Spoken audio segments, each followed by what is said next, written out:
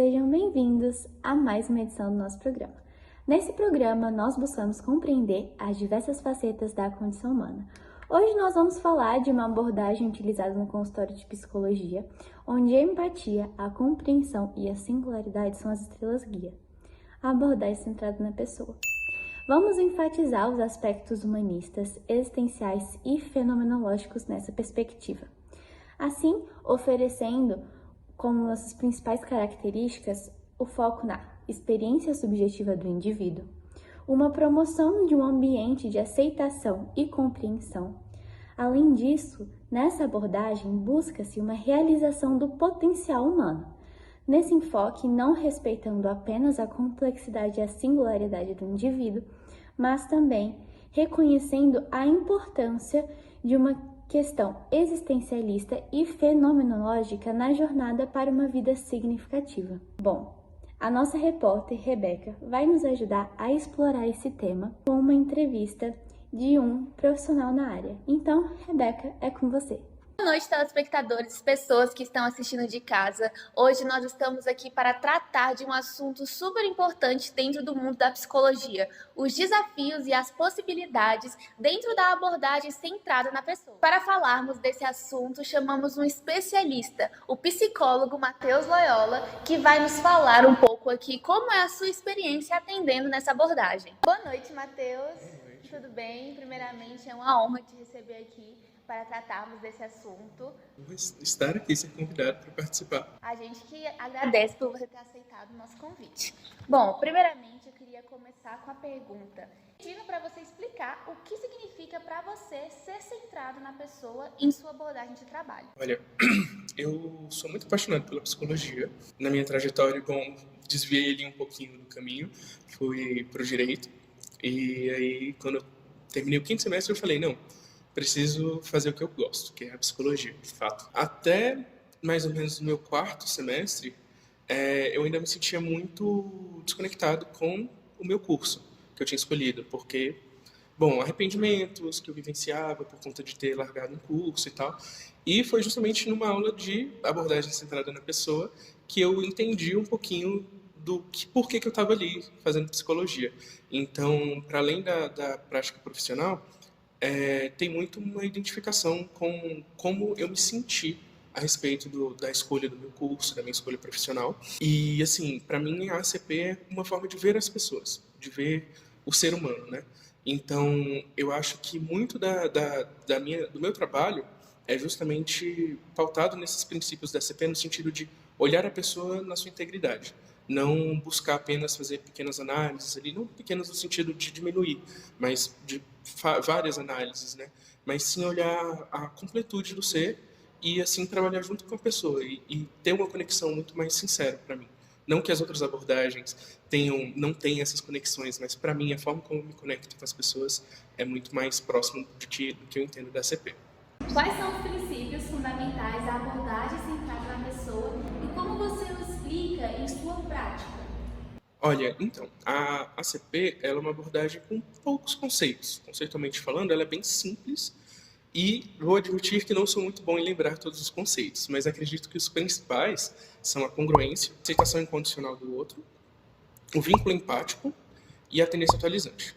Então, vamos lá. Vou começar pela tendência atualizante, que Rogers, né, traz a tendência atualizante como uma vontade inerente ao ser de desenvolvimento. Tem até aquela metáfora que ele sempre utilizava para explicar das batatas no porão. Eu não sei se vocês conhecem, mas basicamente ele era agricultor, né? E aí ele tem muitas metáforas nesse sentido. E aí quando ele via uma batata crescendo no porão, um ambiente sem luz, sem ter as condições mínimas, né, para um desenvolvimento adequado, via que ela se desenvolvia mais lentamente, mas sempre se desenvolvia em direção à luz, que é onde ela poderia se desenvolver melhor. Então, a tendência atualizante é justamente isso. A pessoa ter uma vontade inerente, né, dela ao desenvolvimento. E aí, muito da nossa abordagem é justamente trabalhar para que essas condições mínimas do desenvolvimento favoreçam esse desenvolvimento da pessoa por meio da tendência atualizante dela. Então, é reconhecer dentro dessa pessoa quais são os movimentos dela para o próprio desenvolvimento. Independente do que eu acho, certo ou errado, é sobre a pessoa e o desenvolvimento dela. Então, reconhecer quais são essas necessidades mínimas para o desenvolvimento dela. A aceitação incondicional, né, é justamente falando sobre isso, entender o outro na sua amplitude, na sua completude. Então, independente se eu acho que aquilo que a pessoa está me trazendo é moralmente, eticamente, enfim, qualquer coisa errado, não é sobre mim, é sobre aquela pessoa. Aquilo ali talvez sejam as ferramentas que ela tem para lidar com aquelas situações. Então, aceitar o outro, independente de qualquer coisa. Se eu não me engano, também tem, para esse mesmo conceito, dá para utilizar a aceitação positiva incondicional, no sentido de que não há condições. Então, não é tipo assim, eu estou te aceitando desde que você realize tal coisa. Que, assim, querendo ou não, entra um pouquinho na crítica às outras abordagens, né? Por exemplo, tem muito questão de deverzinho, né, na TCC, nas comportamentais, de uma maneira geral. Você precisa fazer isso para avançar. E na CP não, é uma aceitação incondicional. Então, se você conseguiu avançar ou não, eu estou aqui para te acolher, sabe? Então, a ideia é, o que a pessoa está demonstrando para mim, eu vou aceitar aquilo da maior generosidade do mundo, porque eu sei que aquilo ali é muito importante para aquela pessoa. Pode ser o mínimo que for, mas pensando nessa tendência atualizante, no mínimo necessário, aquilo ali é muito grande, entendeu? É muito potente para ela. Empatia, que é justamente reconhecer que aquelas ferramentas que ela tem são dela, não são as minhas ferramentas, não é me colocar no lugar daquela pessoa, mas é, como minha professora sempre disse pra gente, vestir o óculos da pessoa e entender o mundo pelos olhos dela, sabe? Então, reconhecer quais são as ferramentas dela, as compreensões dela, as crenças dela, né? Justamente para entender como aquilo tudo é para ela. E a partir disso, entendendo como aquilo tudo é para ela, eu poder refletir isso de volta, para que ela consiga ter um olhar diferente sobre ela. E assim até favorecer a autocompreensão. E no sentido de ela conseguir se entender nesse mundo que ela mesma está inserida e se interagindo, né? E aí entra a congruência, que é justamente como você se percebe de como você realmente é. Então, muito do que a gente vê de sofrimento dentro da proposta da CP seria justamente a incongruência da pessoa. Quando, dando um exemplo simples, aqueles candidatos do The Voice nem tanto, mas aqueles antigos ídolos da vida, que sempre tem um ou outro que, tipo assim, é aquele rapaz que fica falando, eu tenho um timbre de voz único, ninguém se iguala a mim e tal, não sei o quê, e quando vai lá cantar, você não consegue não rir. O meu timbre, a minha extensão vocal é diferente de muitos cantores brasileiros. Quero ser pra você, braços abertos a te envolver, e a cada novo sorriso teu, ser feliz por amar você. Então, assim, tem uma incongruência aí na autopercepção da capacidade da pessoa. Então, essas incongruências vão gerando sofrimento, porque gera frustração, gera muita angústia, de maneira geral. Isso, assim, pegando um exemplo simples, né? Mas tem outros, assim, e no caso de uma pessoa que se vê muito além da própria capacidade. Mas tem outros casos que são o contrário, onde a pessoa, por exemplo, se percebe como uma pessoa incapaz de se comunicar. Mas, na verdade, ela se comunica super bem. Ela se dá bem com todo mundo, aquela pessoa super comunicativa, mas ela não se percebe daquela forma. Então há uma incongruência, justamente porque, poxa, eu não consigo interagir com ninguém, tá? Mas todo mundo à volta dela gosta de estar perto, sabe? Então a ideia é trabalhar por meio da compreensão empática, né? Da tendência atualizante, verificando essas coisinhas, tipo, poxa, olha só onde está direcionando o seu desenvolvimento. E mostrando para essa pessoa o que ela está trazendo, sabe? Para que ela consiga atingir essa congruência e melhorar seu desenvolvimento pessoal. Isso de uma maneira muito não diretiva, no sentido de que a gente está acolhendo o que a pessoa está trazendo. Eu estou trazendo apenas reflexões e minhas percepções a respeito da pessoa. Inclusive, na ACP é muito válida a congruência do profissional, não só da pessoa. A gente tenta trabalhar a congruência da pessoa por meio da congruência do profissional. Então, no sentido de que eu tenho que ser congruente com os meus sentimentos, como aquela pessoa está me afetando, para eu poder afetá-la de novo no vínculo empático, entendendo como aquilo ali me afeta, eu posso trazer isso de volta. Então é muito sobre como eu percebo aquilo tudo também. Você pode compartilhar uma experiência específica em que a abordagem centrada na pessoa teve um impacto significativo no resultado do tratamento ou aconselhamento? Logo que eu comecei a trabalhar, né, foi um caso que eu tive muita dificuldade em colocar esses conceitos que eu acabei de falar, né, em prática, principalmente a empatia, porque era um caso de um rapaz de 21 anos que ele, profissionalmente falando, já estava super estável, numa carreira super boa, assim, sabe, tipo, Tanto que ele falava, Matheus, eu não tenho mais pra onde crescer. E a questão dele era justamente essa. De, tipo, eu tô estagnado na minha vida porque eu alcancei o topo da minha carreira com 21 anos. E eu já tava com 27 anos. Mentira, 28. Com 28 anos e eu tinha acabado de me formar. Então era assim, ele era literalmente o meu primeiro paciente. E na minha percepção era tipo, cara, como que uma pessoa com 21 anos pode estar, tipo assim, ele tinha ideação suicida e tal, era um caso bem grave. Como que ele podia estar em tanto sofrimento por estar numa situação boa? Então, dentro do meu eu, foi difícil lidar com essa situação, sabe? E ao longo do tratamento e tal, do acompanhamento, acho que a gente ficou junto por volta de 3 meses, isso logo foi sumindo. E, assim, o vínculo que a gente foi criando foi tão potente, sabe? Que a gente podia estar falando de outras coisas, assim, aparentemente superficiais, que a gente sabia do que a gente estava falando um com o outro. No sentido de, por exemplo, teve uma situação em que ele trouxe que a namorada dele tinha pedido pizza e a pizza veio errada. E por ele tudo bem, porque para ele estava legal ter pizza. Mas para ela não, porque ela não comia aquela pizza e tal, não sei o que, não sei o que, não sei o que. E eu não sei de onde me veio isso, mas justamente vínculo empático, compreensão ali, aceitação incondicional do outro. Eu soltei de tipo assim, você tem medo dela ser controladora em outros aspectos e você se sentir afogado na sua relação. E aí nisso, ele parou assim uns 10 segundinhos, ficou pensando e falou, ela quer ter filho e eu não quero. E aí, sabe quando parece que, por conta justamente do nosso vínculo, tá falando ali de uma coisa muito banal, mas ao mesmo tempo tem uma profundidade muito maior sobre a relação deles dois ali, por conta justamente dessa compreensão do outro, a gente conseguia trazer isso de uma maneira muito clara e muito sincera, sabe? Então, mesmo que minha percepção ali naquele momento estivesse errada, ele teria toda a liberdade para falar, não, acho que isso daí não tem nada a ver. Mas ao mesmo tempo, se eu tô tão ligado aqui contigo, eu entendo o que você tá vivenciando, sabe? Então, eu sei que não é só sobre uma pizza.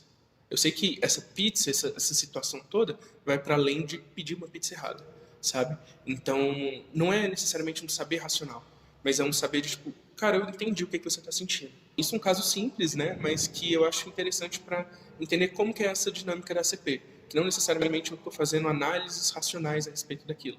Mas a minha vivência e como a pessoa me afeta, eu posso trazer isso de volta para ela, para que ela consiga entender aquilo ali.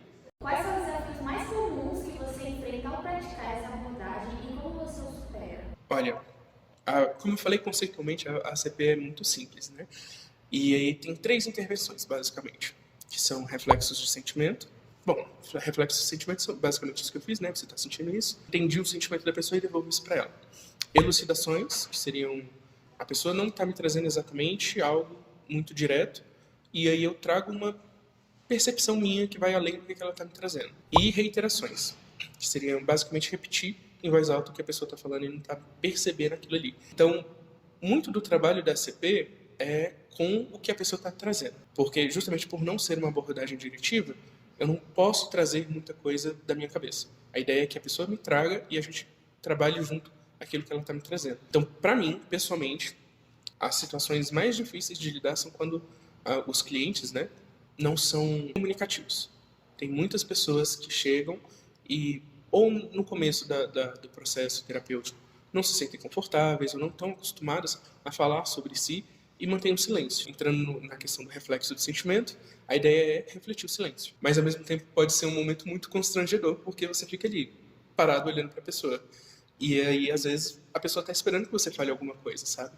Então, são momentos muito difíceis para mim, pessoalmente, e aprender a respeitar o silêncio em suas diversidades, né? Porque o silêncio não é só, não tenho o que falar, mas o silêncio pode ser, tô pensando, o silêncio pode ser, cara, isso foi muito importante e eu talvez precise pensar mais nisso daqui e elaborar mais isso daqui nesse momento. Às vezes o silêncio pode ser, tô segurando um sentimento aqui que eu não quero colocar para fora agora, e tá tudo bem aceitar o outro também nesse momento, sabe?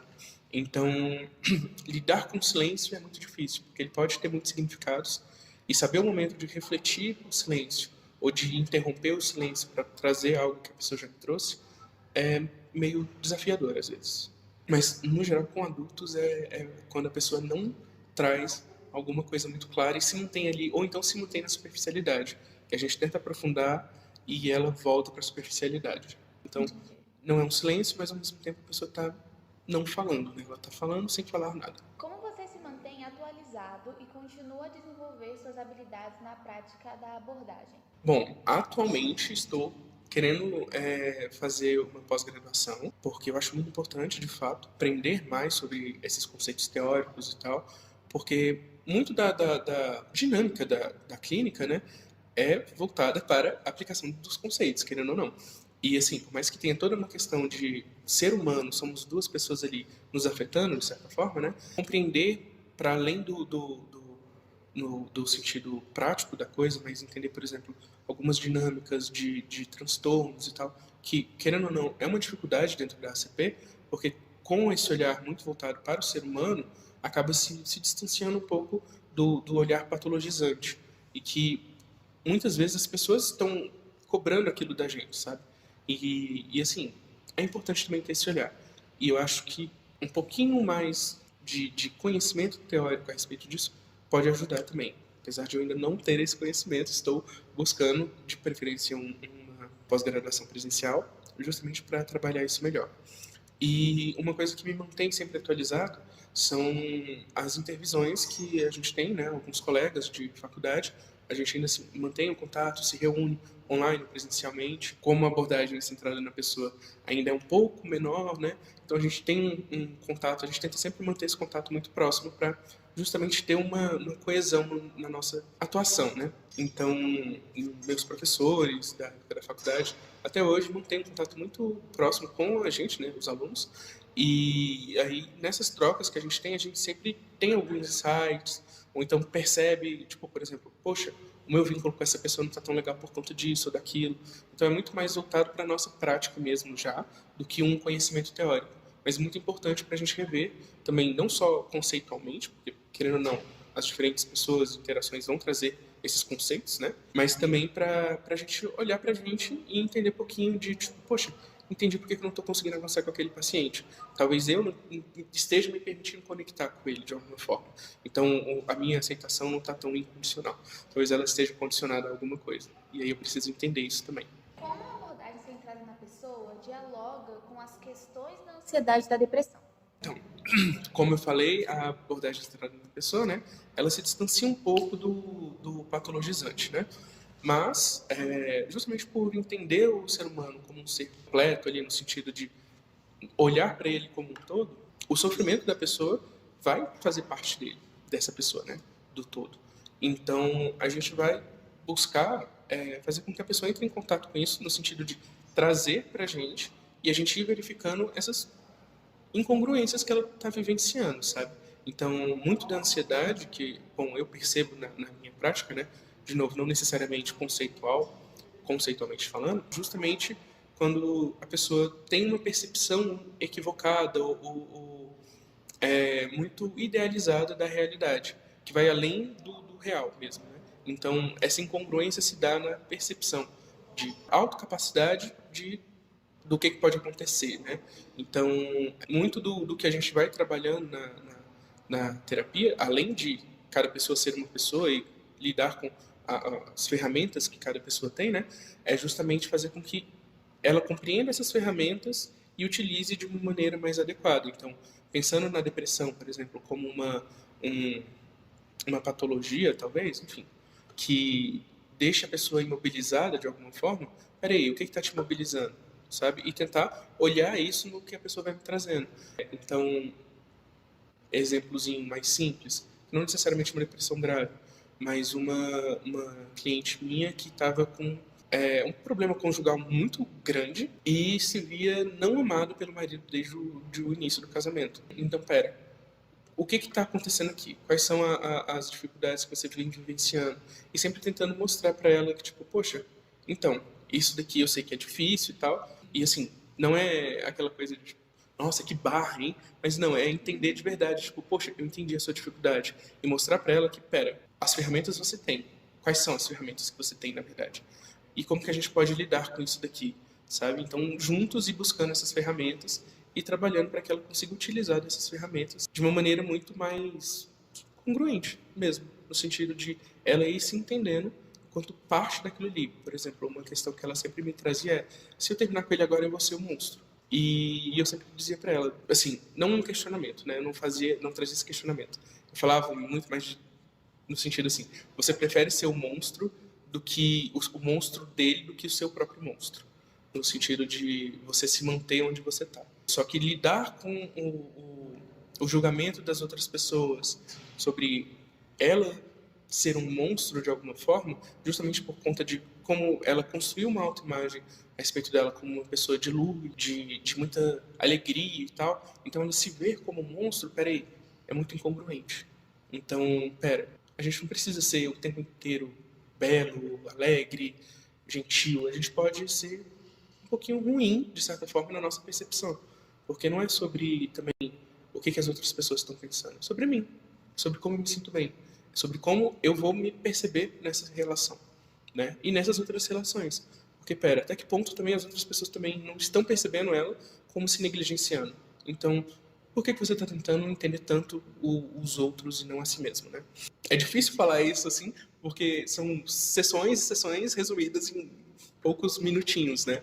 Mas a ideia é justamente fazer com que ela entre em contato com o seu self, né?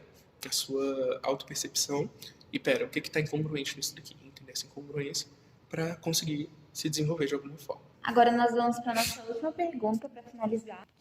Qual conselho você daria para as pessoas que estão buscando aproveitar ao máximo os benefícios dessa abordagem? Tanto as pessoas que estão querendo seguir como profissionais, futuros profissionais, e as pessoas também estão procurando essa abordagem para ser atendidas. Eu acho que, enquanto profissional, é uma abordagem muito interessante, justamente por permitir ter esse vínculo, ter uma sinceridade consigo, sabe? No sentido de, por exemplo, de maneira geral, né? Não se é permitido ter uma troca muito de levar algo seu para o paciente, o cliente. Na abordagem centrada na pessoa, a gente prefere chamar de cliente para tirar essa ideia de paciente como uma pessoa passiva, né? Ela faz parte do processo dela. Então, não que eu vá trazer algo meu, mas eu vou trazer como aquela pessoa está me afetando, como o sentimento dela, a dificuldade dela, o sofrimento dela me afeta. Então, é importante que eu seja congruente comigo. E nisso eu acho muito válido a nossa troca e tal. Então, é muito interessante isso nos mais diferentes contextos. No meu período de faculdade, né, eu tive a oportunidade de estagiar no Hospital de Santa Maria. E eu lembro da minha professora, da orientadora, que inclusive foi minha orientadora de TCC, a amo muito, mas assim, ela falava, Matheus, essa galera aí das humanistas não dá certo em hospital, não. Porque hospital a gente tem que ser muito diretivo, a gente tem que ser ali, tipo, vamos lá, vamos resolver o problema. E, cara, pra mim, eu não consigo me ver não atuando dentro de um hospital, apesar de hoje não estar num hospital, fora da CP. Justamente porque entender o outro naquele contexto adoecedor e querendo ou não, focado no sofrimento físico, é muito importante, sabe? Porque aí eu consigo entender como o sofrimento físico daquela pessoa afeta o sofrimento emocional, sentimental dela também. Então, qualquer lugar onde tenha relações humanas, eu acho a CP válida, sabe? Porque é justamente sobre como lidar com o ser humano, sobre como interagir com o ser humano. E aí a ideia é que você trazendo o mínimo necessário para o desenvolvimento daquela pessoa, ela vai começar a crescer e se desenvolver. Então, tendo espaço para ter esse mínimo necessário, eu acho que a CP pode entrar. E enquanto cliente ou pessoa buscando terapia, eu acho a CP uma abordagem muito, talvez, leve. Não necessariamente leve, mas assim, ela é mais tranquila no sentido de que você vai se sentir acolhido, sabe? Porque a ideia é justamente trabalhar o acolhimento. Então, você não precisa sentir vergonha e tal. E assim, não é como se, aquela coisa, né? Agora que eu falei que você não precisa sentir vergonha, você parou de sentir vergonha de falar as coisas. Mas não, no vínculo que vai se construindo, ela percebe isso. É natural que isso aconteça, sabe? Que as coisas surjam e não sejam um problema. Justamente por conta da aceitação incondicional. Então, enquanto o terapeuta está lá para te aceitar em toda a sua completude, eu acho muito potente como que o sofrimento ou as alegrias, o que quer que seja que aquela pessoa esteja vivenciando, que seja de potencialidade para ela vai conseguir trazer de uma maneira muito mais suave, sabe? E assim, não que não tenham momentos de, como diz o pessoal, né, da lapada seca e peraí, opa, isso daqui me afetou de uma forma muito forte. Vou chorar um pouquinho, vou precisar aqui me recompor, mas ao mesmo tempo é tipo entendendo que esse ambiente aqui tá tudo bem. Eu me descompor um pouquinho, sabe? Eu me libertar amarras sociais no sentido de eu preciso ser assim, assim, assado. Não, aqui é um ambiente onde eu posso ser eu e estar congruente comigo para lá fora eu trabalhar essa congruência, que eu não posso ter. Bom, nossas perguntas terminaram, mas eu queria te deixar à vontade para, se você quiser acrescentar alguma coisa que você acha relevante neste momento, pode ficar à vontade para falar o que precisar.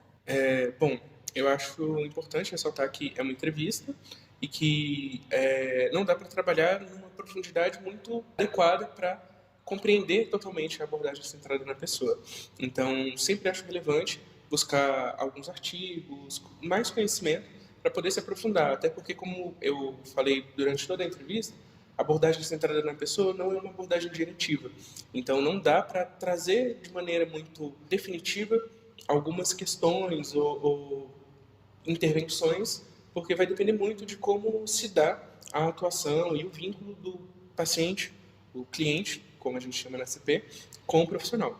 Então, é sempre importante compreender o campo teórico muito além dos casos específicos, para que consiga entender como agir em determinado caso ou em determinada situação, e lembrando também da relação que se dá entre cada terapeuta e cliente. Então, encerramos nossa entrevista por aqui. Agradecemos imensamente a presença do Matheus e por ter disponível um tempo para fazer essa entrevista conosco.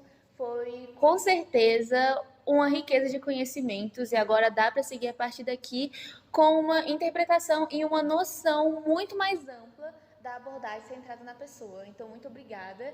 E agora, a seguir, a perspectiva história e os demais tópicos sobre a abordagem centrada na pessoa.